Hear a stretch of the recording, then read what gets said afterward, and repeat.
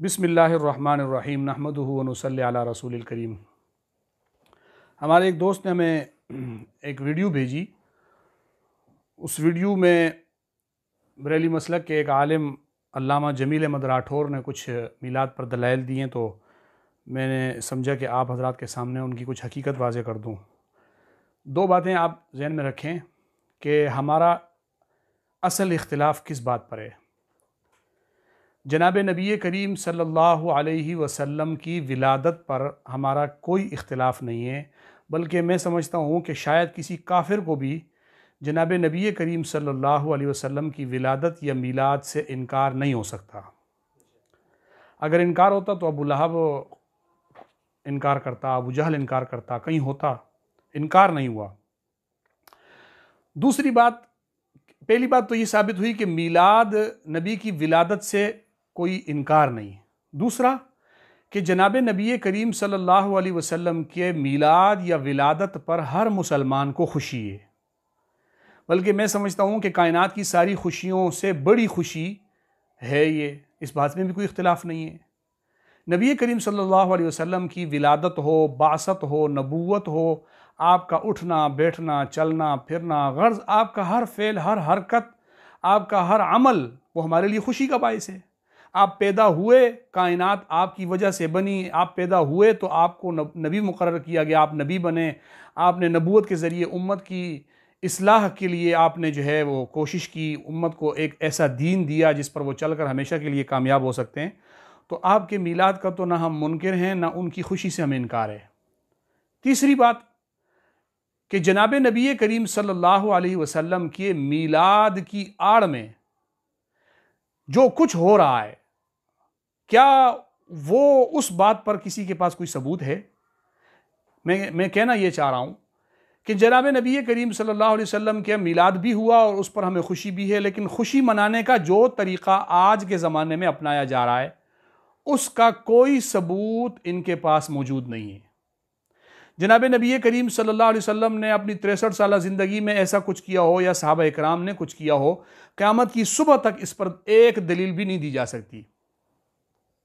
बल्कि ख़ुद इन्होंने अपने तकरीरों में बोला है, इनकी किताबों में ये बात मौजूद है कि सहाबा इकराम ने भी नहीं किया, ताबईन ने भी नहीं किया, ताबईन ने भी नहीं किया, किसी ने भी नहीं किया। 6ठी सदी में एक शख्स आया जिसने ये काम किया, और 6ठी सदी के बाद तो कोई ये तो नहीं है कि 6 सदियों के बाद दीन में कोई तब्दीली आ जाएगी, ऐसा तो नहीं है।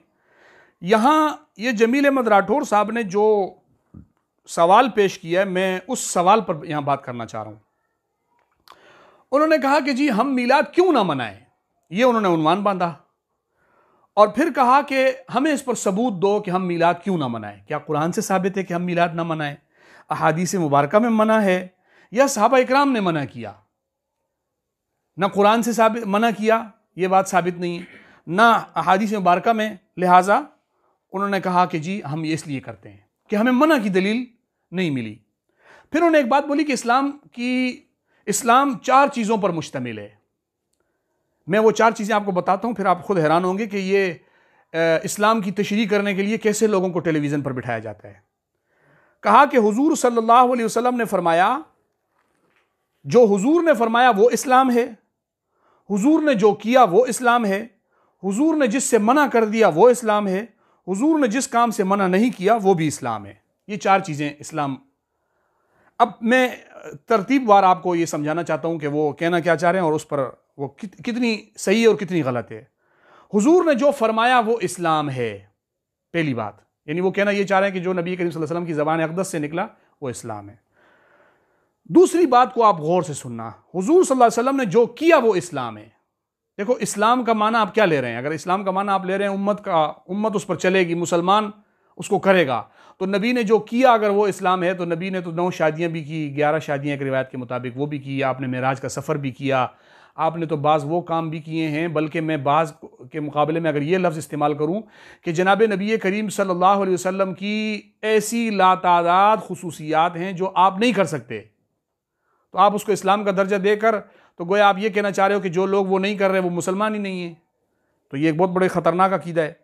आपने कह दिया कि तीसरी बात इन्होंने कहा हुजूर ने जिसे मना किया वो इस्लाम है। हुजूर ने तो शराब से मना किया है, चोरी से मना किया है, आपने हरामखोरी से मना किया है, इसको आप इस्लाम किस बुनियाद पर करार दे सकते हैं? यानी आपके बकौल जिस इस्लाम नबी मना कर रहा है वो इस्लाम है, तो नबी जिससे मना कर रहा है वो इस्लाम है, तो नबी ने तो बहुत सारी चीज़ों से मना किया हुआ है, आप उसको इस्लाम कैसे कहेंगे? फिर कहा कि हुजूर ने जिससे मना नहीं किया वो भी इस्लाम है। हालांकि मैंने आपको बताया था कि नबी करीम सल्लल्लाहु अलैहि वसल्लम ने फरमाया अल हलालु बय्यिनुन वल हरामु बय्यिनुन, हलाल भी बयान हो चुका है और हराम भी बयान हो चुका है, वो बैनहुमा मुश्तबिहातुन, इसके बीच में मुश्तबिहात हैं, इनसे बचो। अगर आप कहते हो कि नबी ने जिससे मना नहीं किया वो इस्लाम है, तो मैं आपसे एक बात पूछता हूं कि ऐसी चीजों की मैं एक बहुत लंबी फहरिस्त आपको बता सकता हूं कि नबी करीम सल्लल्लाहु अलैहि वसल्लम ने उनसे मना नहीं किया, लेकिन उसको आप इस्लाम समझेंगे तो आपका इस्लाम चला जाएगा। वो क्या? नबी करीम सल्लल्लाहु अलैहि वसल्लम ने फजर की 2 रकातों का हुक्म दिया है, लेकिन 3 से मना नहीं किया। जोहर की 4 रकात फर्ज का हुक्म दिया है, 5 से मना नहीं किया। असर की 4 रकात पढ़ने का हुक्म दिया है, 5 से मना नहीं किया। मगरिब की 3 रकात फर्ज पढ़ने का हुक्म दिया है, 4 से मना नहीं किया। इशा की 4 रकात फर्ज पढ़ने का हुक्म दिया है, 5 से मना नहीं किया। वितर 3 रकात पढ़ने का हुक्म दिया है, 4 से मना नहीं किया। गर्ज ये कि आप सल्लल्लाहु अलैहि वसल्लम ने बहुत सारी ऐसी चीजें जिनसे मना नहीं किया, अगर आप उसको इस्लाम करार दे रहे हैं, तो बकौल आपके कोई शख्स खड़ा होकर कल फजर की 3 पढ़कर उसको इस्लाम बना सकता है, जोहर की 4-5 पढ़कर वो इस्लाम बना सकता है। गर्ज ये कि वो इस तरीके से अपनी तरफ से कहे कि जी इससे मना नहीं किया, इससे मना नहीं किया, इससे मना नहीं किया, लिहाजा करते जाओ। वो रोजे 30 के बजाय 40 कर देगा। वो जनाब वो कहेगा हज बैतुल्ला में नहीं होता, हज जो है जैसे जिक्री कहते हैं कि बलूचिस्तान में होता है, वो कहेगा कि इससे तो नबी ने तो मना नहीं किया कि बलूचिस्तान में हज नहीं होता, लिहाजा करो। अब वो कहेगा जी ये फलां काम जो है नबी ने मना नहीं किया फलां, तो इसलिए इससे कितना बड़े फितने पैदा होने का खतरा है, इस बात को आपको महसूस करना चाहिए। कहा कि जी आज नबी ने जिससे मना नहीं किया, आप इस्लाम के मुंह में उस चीज को क्यों डाल रहे हैं? भाई नबी ने जिससे मना नहीं किया, हम उसको अपनी तरफ से कोई बात अगर हम नहीं डाल रहे, हम तो ये कह रहे हैं नबी ने जिससे मना नहीं किया, लेकिन वो दीन नहीं है, उसको दीन बनाओगे गलत करोगे। आपने उसको दीन बना दिया, वो गलत किया आपने। हम इस्लाम में की मुंह में कोई बात नहीं डाल रहे, हम तो जो तुमने इस्लाम के मुंह में कुछ बातें डाली हैं, मीलाद अपनी तरफ से फर्ज वाजिब सुन्नत और मुस्तहब करके हम उसको निकाल रहे हैं। हम कहते हैं ये इस्लाम के मुंह में मत डालो। हम तो ये नहीं कह रहे कि हम कोई बात इस्लाम में डाल रहे हैं, हम तो डालने वालों को मना कर रहे हैं कि नहीं डालो, तो ये डाल आप रहे हैं। इसके बाद कहा कि जी कुरान और हदीस में सारी नाजायज़ चीज़ें बड़े बड़े कुरान में बोर्ड लगा दिए गए हैं कि ये हराम है, ये हराम है। हर जायज़ चीज़ का नहीं बताया कुरान ने, हर जायज़ चीज़ का नहीं बताया और नाजायज़ चीज़ों के बोर्ड लगा दिए। अब मैं आपसे एक सवाल पूछता हूँ, ये बात भी गलत है, क्योंकि कुरान हदीस में मैंने भी आपके सामने हदीस पढ़ी कि नबी करीम सल्लल्लाहु अलैहि वसल्लम ने फरमाया अल हलालु बय्यिनुन वल हरामु बय्यिनुन, हलाल बयान हो चुका है, हराम भी बयान हो चुका है। तो आप ये किस बुनियाद पर कहते हैं कि जनाब नाजायज़ चीज़ों के बोर्ड कुरान ने लगा दिए हैं लेकिन जायज़ चीज़ों का नहीं बताया? ये आप किस बुनियाद पर कह रहे हैं? आप तो गोया नबी की इस हदीस की मुखालफत कर रहे हैं। आपके बकौल हलाल जो है वो हलाल तो बयान नहीं हुए, हराम बयान हो गए, लिहाजा दुनिया की बाकी सारी चीज़ें हलाल हैं, कुछ भी हलाल है। कुरान ने किसी चीज़ को हराम करार नहीं दिया, हदीसों में उसकी वजाहत से आपके सामने हराम चीज़ नहीं पहुंची है, तो आप उसको बगैर किसी उसूल के दीन बना दें, ये आपको इख्तियार किसने दिया हुआ है? एक बात। दूसरी बात यह है, इन्होंने इस पर मिसाल दी, बड़ी अजीब और मुज़हिका खेज मिसाल है। कहा कि जी हम कहीं पर यह लिखा होता है नॉट अलाउड, यहां पर आना मना है, तो यह तो कहीं लिखा हुआ होता है, लेकिन यह कहीं लिखा हुआ नहीं होता कि इधर आने की इजाजत है। अब आप मिसाल सुने, और इस मिसाल पर जब आप गौर करेंगे आप हैरान हो जाएंगे कि ये किस तरीके से मिसाल दे रहे हैं। कहते हैं कि नॉट अलाउड लिखा हुआ होता है, लेकिन ये अलाउड नहीं लिखा होता कि आप आ सकते हैं। यानी इनके कहने का मतलब ये हुआ कि जहां नॉट अलाउड लिखा हो वहां नहीं जाना है, और जहां नॉट अलाउड ना लिखा हो वहां जा सकते हैं। क्योंकि जैसे ये कह रहे हैं ना कि हम कहते हैं मिलाद जो आप कर रहे हो जिस तरीके से मिलाद के नाम पर ये गलत है, तो ये हमें क्या कह रहे होते हैं? मना दिखाओ, मना दिखाओ। तो मैं कहूंगा कि अगर आपका ये उसूल दुरुस्त है कि जहां नॉट अलाउड ना लिखा हुआ हो आप वहां जा सकते हैं, आपके उसूल से ये पता चल रहा है, तो आप में से मेरे ख्याल में पाकिस्तान में रहने वाले बरेलवी वो हजारों, 2000, 5000, किसी के घर के गेट पे लिखा होता है यहाँ अंदर आना मना है, किसी के घर के गेट पे। तो मतलब ये हो गया कि आपके उसूल से जमील राठौर साहब आपने ऐसा उसूल बना दिया कि कल को कोई भी आपके घर में घुसाएगा और कहेगा जनाब नॉट अलाउड का बोर्ड है नहीं, हम आ गए अंदर। वो आप उसको कहोगे, जाके केस कर दोगे जी चादर और चार दीवारी का तकद्दुस पामाल कर दिया। तो चादर और चार दीवारी का तकद्दुस कैसे पामाल हुआ? आपने तो बोर्ड ही नहीं लगाया था कि मना है।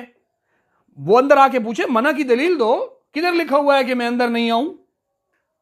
तो आप अपनी दलील से खुद फंस रहे हैं, ये दलील आपकी गलत है। और फिर आपने आगे से कहा मैं आपको कह रहा हूं, देखो मना की दलील, आप किसी चीज को दीन में दाखिल करते हैं तो उसकी दलील पूछी जाती है कि आपने दीन में किस बुनियाद पर इसको दाखिल किया, ना कि ये कि क्यों नहीं। अगर मना की दलीलें हो तो वो मैंने आपको मिसाल बताई कि एक शख्स सड़क पे जा रहा है, सार्जेंट ने रोक लिया गाड़ी में, तो सार्जेंट वाला क्या बोलेगा कि ये गाड़ी आपकी है? वो कहेगा हाँ, कहेगा लाइसेंस लाओ, सबूत लाओ कि ये गाड़ी आपकी है। इसका सबूत होता है ना।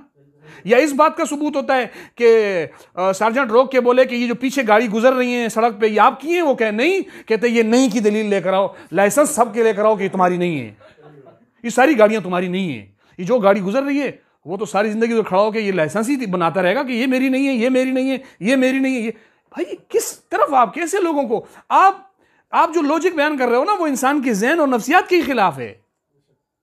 ना होने की दलील, एक आदमी अपना घर बनाता है तो वो घर उसका है, इसका सबूत लेके आता है, ना कि पूरे मोहल्ले उसका नहीं है, हर घर का सबूत लेके आएगा कि मेरा मोहल्ला नहीं है, ये मेरा घर नहीं है। वरना अगर यही बात है तो कल को आपके दरवाजे के ऊपर कोई आके बैठ जाए और आपसे यही पूछे ये घर आपका है, आप कहते नहीं, लाओ सबूत लाओ, ये गाड़ी आपकी नहीं, लाओ सबूत लाओ। और दुनिया में कितनी चीजें हैं, किस किस के सबूत लेके घूमोगे आप, मना के सबूत। तो ये बात बिल्कुल गलत है।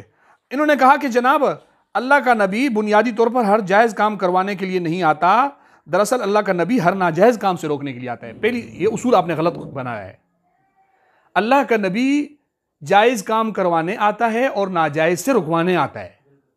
शरीयत ने जिन कामों को जायज़ कहा है, नमाज, रोज़ा, हज, ज़कात, इबादत, सदका जितनी भी हैं, तो नबी करीम सल्लल्लाहु अलैहि वसल्लम ने फरमाया नमाज मेरी आंखों की ठंडक है, जायज़ काम है, करो। जायज़ काम करवाने के लिए आए, रुकवा। ये जो सिर्फ ये नहीं कि आप कहो कि जनाब जायज़ नहीं करवाने आए हर काम और नाजायज़ काम से सिर्फ रोकने के लिए आए हुए हैं, तो ये आपकी लॉजिक ही गलत है, आपका उसूल ही गलत है। अगर आप इसको बुनियाद बनाओगे कि आप हर जायज़ काम के लिए, हर जायज़ काम बताने के लिए नहीं आए, हाँ आप आप ये कहें कि अल्लाह का रसूल सल्लल्लाहु अलैहि वसल्लम ने जायज़ बातें भी बता दी हैं कि किस चीज़ को, कौन सी चीज़ दीन में है और कौन सी चीज़ दीन में है, ये बता दी है। अब देखो, मैं आपको समझाने के लिए बहुत आसान से लफ्ज़ों में एक बात बता दूं ना, कि दुनिया में एक आदमी की एक गाड़ी एक घर है तो उसके पास ये सबूत काफ़ी है कि ये मेरी गाड़ी और ये मेरा घर है। तो ये जो मोहल्ले के दूसरे घर हैं ये मेरे घर नहीं है, ये सबूत इससे हो गया कि ये मेरा घर है, ये मेरी गाड़ी है, तो बाकी मेरा घर और मेरी गाड़ी नहीं है, बस खत्म। नहीं, इसके लिए अलग से अगर सबूत मांगोगे कि नहीं ना होने के सबूत, तो ये आप लोगों को एक बहुत बड़ी तकलीफ में डाल दोगे। और अल्लाह के नबी सल्लल्लाहु अलैहि वसल्लम ने जिस तरीके से लोगों से जायज़ काम करवाए थे, अकीमुस्सला आतुज़्ज़का इन्नल्लज़ीना आमनू व अमिलुस्सालिहात, बताया कि अमल सालिहा की ये हैसियत है, ये करने ये नहीं करने। हाँ, आप यूं कहें कि जो काम नबी करीम सल्लल्लाहु अलैहि वसल्लम ने जिसको दीन बताया है वो दीन है और जिसका दीन नहीं बताया वो दीन नहीं है, ये कहो। लेकिन आप यूं ना कहो कि नहीं जायज़ काम नहीं करवाने आए थे, सिर्फ नाजायज़ से रोकने के लिए, तो कल को तो बड़ी इसके मसाइल पैदा हो सकते हैं। अच्छा, इन्होंने कहा कि अगर जायज़ कामों की फहरिस्त हम बनाएं तो कुरान 30 पारों में नहीं होता, कुरान 30,000 पारों में होता। अगर जायज़ कामों की मतलब यह कि इनके नज़दीक जायज़ काम तो दुनिया में बहुत है, नाजायज़ काम कम कम है।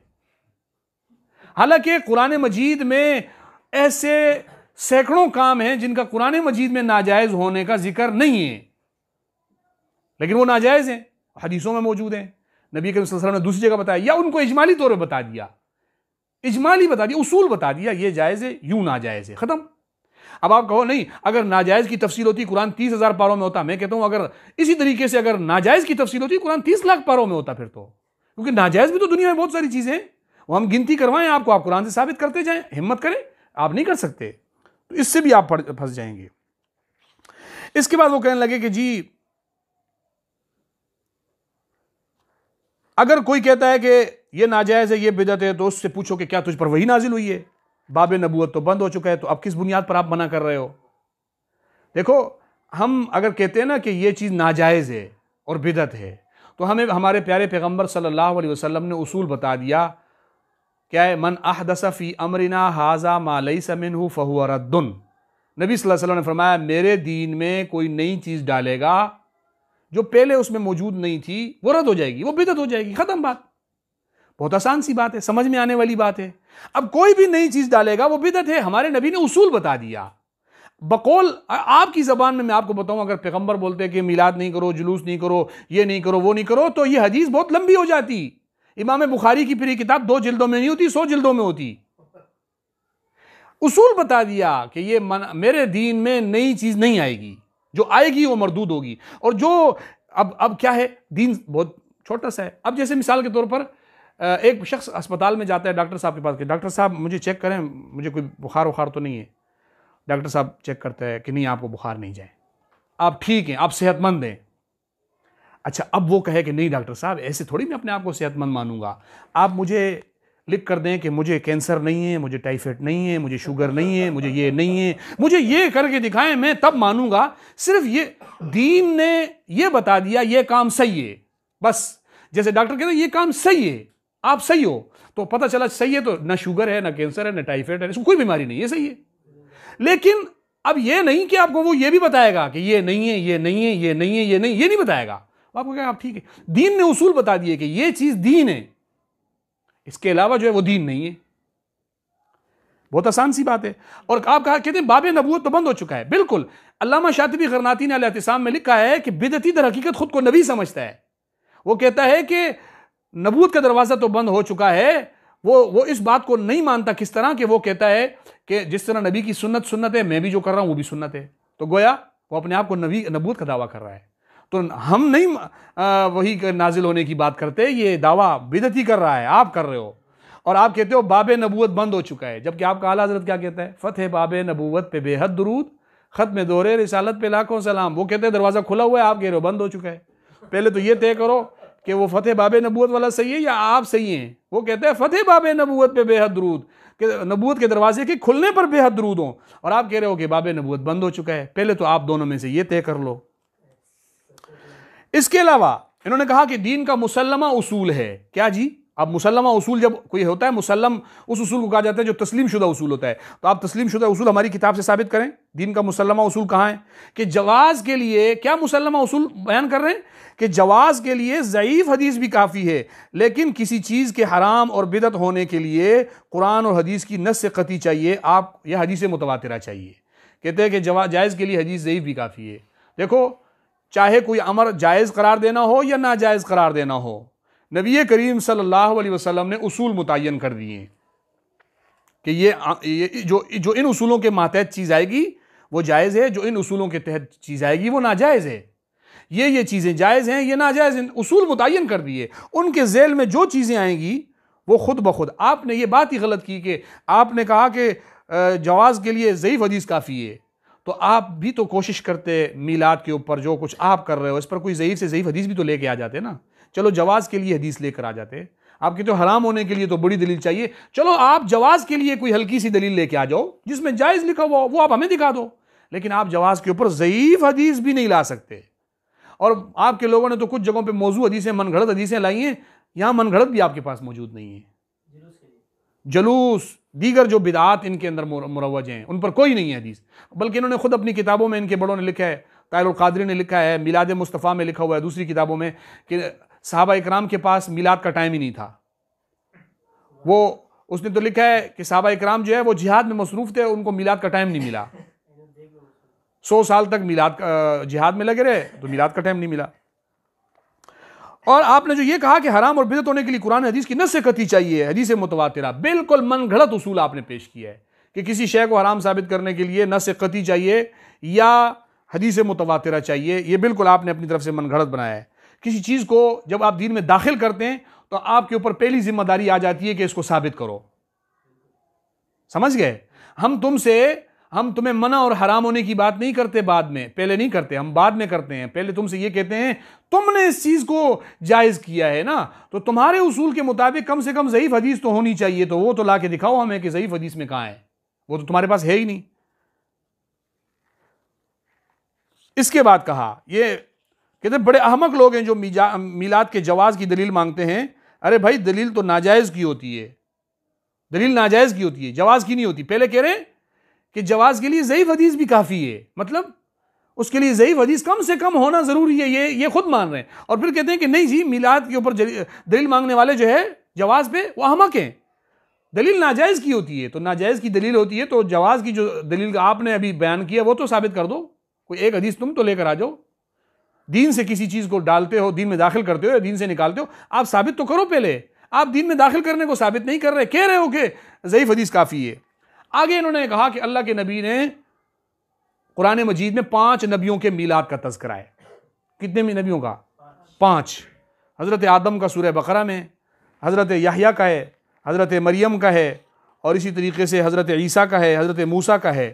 इन्होंने कहा कि जी हज़रत आदम, हज़रत मूसा, हज़रत याह्या, हज़रत ईसा और हज़रत जनाब नबी करीम सल्लल्लाहु अलैहि वसल्लम का 5 नबियों का तज़किरा, और हज़रत मरियम 6, 5 नबी और एक 6 लोगों का मीलाद का तज़किरा कुरान मजीद में मौजूद है।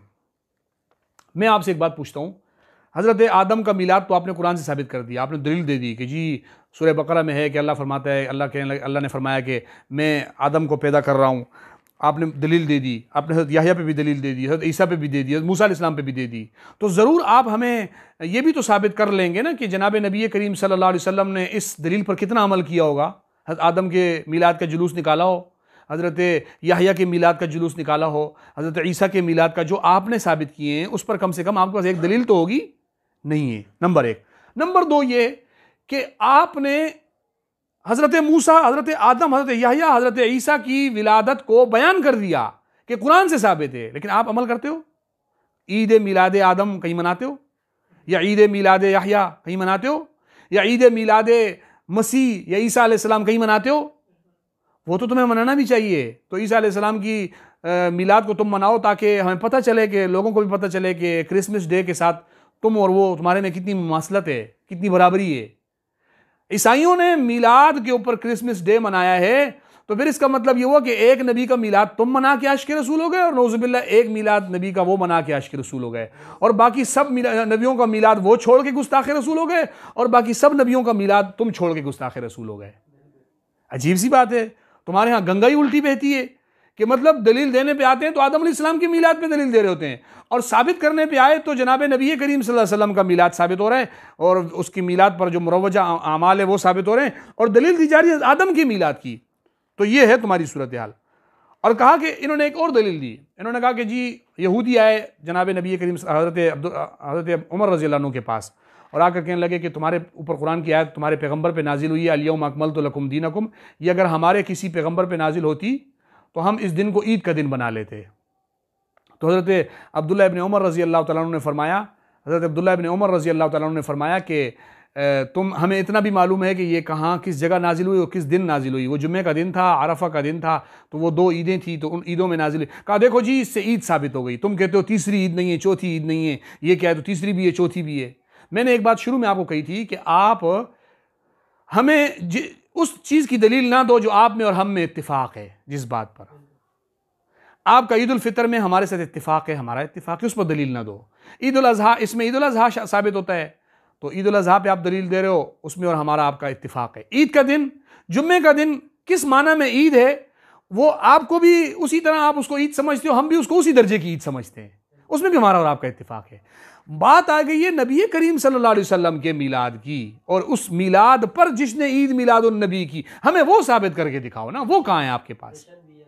जिशन भी है, ईद भी है, और वो नहीं। फिर कहा हजरत आदम जुम्मे को पैदा हुए थे, तो देखो जी तुम कहते हो कि नबी के मीलाद वाले दिन जो है वो ईद नहीं होती, तो ये जुम्मे का दिन क्यों ईद बना करार दिया गया है? मैंने कहा यही मैं आपसे कह रहा हूं कि अल्लाह के नबी सल्लल्लाहु अलैहि वसल्लम ने या कुरान ने या शरीयत ने जिसको ईद करार दिया उसकी तारीखों को मुतय्यन किया हुआ है। ईद उल फितर है 1 शव्वाल को होगी, ईद उल अज़हा है तो 10 ज़िलहिज्जा को होगी, तारीखें मुतय्यन है, 9, 10 11, 12, 13 ज़िलहज्जा की तारीखें ईद के लिए मुतय्यन है, शरीयत ने बता दी हैं। तो जनाब नबी करीम सल्लल्लाहु अलैहि वसल्लम की तारीख़ विलादत को क्यों पर्दे में रखा गया, क्यों छुपाया गया? पता चला अल्लाह ने उसको ईद नहीं बनाना था। एक दूसरी बात यह कि अगर आप कहते हो कि जुम्मे का दिन आदम की पैदाइश की वजह से ईद का दिन है, हम भी नबी के दिन विलादत के दिन को ईद के तौर पर मनाएंगे, तो आप जुम्मे के दिन जो मिलाद नबी करीम हज़रत आदम का मिलाद मनाते हो, तो आप हज़रत आदम के मुनकिर हो गए, उनके मिलाद के मुनकिर हो गए। इस बुनियाद पर आप पर हुक्म लग सकता है। अब इसके बाद इन्होंने कहा, एक बात इन्होंने की कि जी हदीस में आता है नबी करीम सल्लल्लाहु अलैहि वसल्लम ने फरमाया कि मन सन्ना सुन्नतन हसनतन फलहु अजरुहा व अजरु। कहते कि जी हज़रत उमर रज़ी अल्लाह तआला अन्हु के ज़माने में तरावी की 20 रकात शुरू हुई, तो वो हज़रत उमर रज़ी अल्लाह अन्हु ने फरमाया नेमतिल बिदअतु हाज़ी, ये बहुत अच्छी बिदअत है।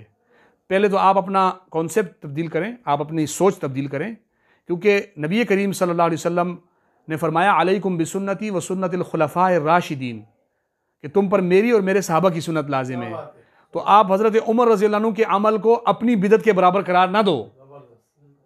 तुम्हारा अमल जिस तरह बिदअत है वो बिदअत है। तो नबी करीम सल्लल्लाहु अलैहि वसल्लम ने ये नहीं फरमाया कि इलियास कादरी जो काम करेगा वो सुन्नत करार होगी, आपने फरमाया जो खुलफाए राशिदीन करेंगे वो सुन्नत है। तो आपके अमल को सुन्नत करार नहीं दिया गया। जब ये बात साबित हो गई कि सहाबा के अमल को शरीयत ने सुन्नत करार दिया है, बिदअत नहीं करार दिया, तो अब नेमतुल बिदअतु हाज़ी का तर्जमा किया जाएगा कि इसका बेहतरीन तर्जमा करो। तो उलमा ने लिखा है इसका तर्जमे के तौर पे कि इस हज़रत उमर रज़ियल्लाहु अन्हु के कहने का मतलब हरगिज़ ये नहीं था कि तरावी की 20 रकात बिदअत है, ना आज तक हम उस पर अमल करते हैं तो बिदअत कहकर, हम उसको सुन्नत समझ के करते हैं। हज़रत उमर रज़ियल्लाहु तआला अन्हु ने के कहने का मतलब यह था कि इनकानत हाज़िही बिदअतुन फनिअमतिल बिदअतु हाज़ी, अगर तुम इसको भी बिदअत कहते हो फिर तो ये बहुत अच्छी बिदअत है। क्यों? कि उमर कर रहा है, ये बिदअत है ही नहीं। तो बिदअत हसना और सय्या, तुम हज़रत मुजद्दिद अल-फसानी रहमतुल्लाह अलैह का नाम जगह जगह लोगों के सामने लेते हो और कहते हो कि हम उनके मानने वाले हैं। हज़रत मुजद्दिद अल-फसानी रहमतुल्लाह अलैह ने तो अपनी मकतूबात में लिखा है कि बिदअत तो है ही अंधेरा, जुल्मत है, उसमें अच्छाई आ ही नहीं सकती, उसमें खूबी कहाँ से आ गई कि तुम कहते हो ये अच्छी बिदअत है, ये बुरी। और अच्छा, बिदअत हसना, मैं अक्सर कहा करता हूँ कि ये बिदअत हसना का मतलब ये है कि जब इस पर दलील मांगे हो तो हंसने लग जाते हैं, ये है बिदअत हसना, दलील नहीं है। अब बिदअत हसना कहाँ से साबित है जी? अब सुनना हदीस के अल्फाज, इंसान के पास अकल भी है, कान भी है, सोच भी सकता है, सुन भी सकता है। मन सन्ना सुन्नतन हसनतन फलहु अजरुहा, जिसने अच्छी सुन्नत पर अमल किया उससे साबित हो गया अच्छी बिदअत। हदीस में सुन्नत का लफ्ज है और इन्होंने कर दिया कि मन सन्ना सुन्नतन को ये तर्जमा, लफ्ज बोलते हैं मन सन्ना सुन्नतन और तर्जमा करते हैं मन सन्ना बिदअतन हसनतन। तो ये नबी के अल्फाज में रद्दो बदल नहीं है, उसको तब्दील करना है। आप उसका माना तब्दील कर रहे हो, आप उसमें रद्दो बदल लेके आ रहे हो, आप लोगों को धोखा देने की कोशिश कर रहे हो। दोनों में फर्क है। आप अपनी बिदअत को साबित करने के लिए सुन्नत का लफ्ज लेकर आ रहे हो। जनाब नबी करीम सल्लल्लाहु अलैहि वसल्लम की हदीस का यह मतलब था कि जो मेरी सुन्नत को जिसने लोगों में जारी किया उसको मेरी सुन्नत जारी करने का भी सवाब मिलेगा और जो उस पर अमल करेगा उसका भी सवाब मिलेगा। इसका यह मतलब नहीं है कि एक बंदा जो है वो पुरानी सब्जी मंडी में बैठ के किसी नए अमल को जारी कर दे और कहे ये नबी की सुन्नत है, ये दीन है, तो उसको सवाब मिलेगा। ये आप कहीं पे भी साबित करके नहीं दिखा सकते। और एक और आपने, जमील राठौर साहब ने एक बात और बहुत खतरनाक की, उन्होंने कहा कि बिदअत अकीदे में होती है, अमल में नहीं होती। मतलब हम अभी तक तो हम इनको कहते थे तुम बिदअत करते हो, नहीं हम बिदअत नहीं करते। अब इन्होंने सिरे से बिदअत का इनकार कर दिया कि बिदअत तो अमल में है ही नहीं। अच्छा, अमल में बिदअत नहीं है, मैं हदीस सुनाता हूं, मुझे उसका तर्जमा आप अपनी किताब से पढ़ के दिखा देना कि मन अहदसा फी अमरिना हाज़ा मा लैसा मिन्हु फहुव, जो हमारे दीन में किसी नए काम को जारी करेगा जो पहले उसमें नहीं था वो बिदअत है। मुझे ये बताओ, जनाब नबी करीम सल्लल्लाहु अलैहि वसल्लम का दीन सिर्फ अकीदा है, अमल भी है? इन्नल्लज़ीना आमनू आमिलुस सालिहात या इन्नल्लज़ीना आमनू बस जन्नत में जाएगा, उसके बाद कुछ नहीं है क्या? तो आपने अमाल सालिहा को किस बुनियाद पर निकाल दिया कि आप कह रहे हो कि अमल जो है उसमें बिदअत होती ही नहीं है? ये आपने कहां से ये सोच लेकर आए हो? आपके बड़ों ने भी अपनी किताबों में ये बात लिखी हुई है कि बिदअत जो है वो अमल में भी होती है, ये आपके बड़ों ने भी लिखी हुई है। और आप तो यहाँ अपने जो है बिदअत को साबित करने के लिए आपने सिरे से ये भी इनकार कर दिया कि अमल में बिदअत ही नहीं होती। और वो जनाब आगे एंकर साहब माशाल्लाह सुभान अल्लाह माशाल्लाह सुभान, वो इतने जाहिल बेचारे, उनको पता ही नहीं है कि हमारे साथ क्या हो रहा है। वो बंदा इतनी मक्कारी और होशियारी के साथ उनका ईमान लूट रहा है और इनको इस बात का पता ही नहीं है। तो इसलिए ये इस चीज़ को सोचना चाहिए कि देखो हमारा मीलाद से क्या झगड़ा है, हम नबी करीम सल्लल्लाहु अलैहि वसल्लम की मीलाद को मानते हैं, उस पर खुश हैं।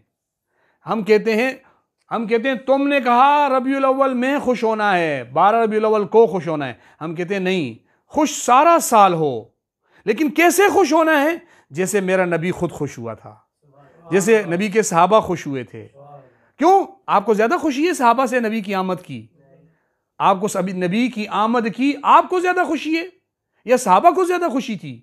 हमारा अकीदा यह है कि सहाबा इकराम का कोई अमल ऐसा नहीं था जो उन्होंने नबी के दीन से हटकर किया हो, या नबी के दीन का कोई अमल हो सहाबा ने छोड़ दिया हो। तो सहाबा ने 2.5 लाख सहाबा जो नबी के बाद 100 साल तक जिंदा रहे, आखिरी सहाबी 110 हिजरी में फौत हो रहे हैं, तो किसी एक सहाबी से भी अमल साबित नहीं, तो आप उसको किस बुनियाद पर जायज़ करार देते हो? अल्लाह ताला मुझे और आपको अमल की तौफीक अता फरमाए। व आखिर दावाना अल्हम्दुलिल्लाह रब्बिल आलमीन।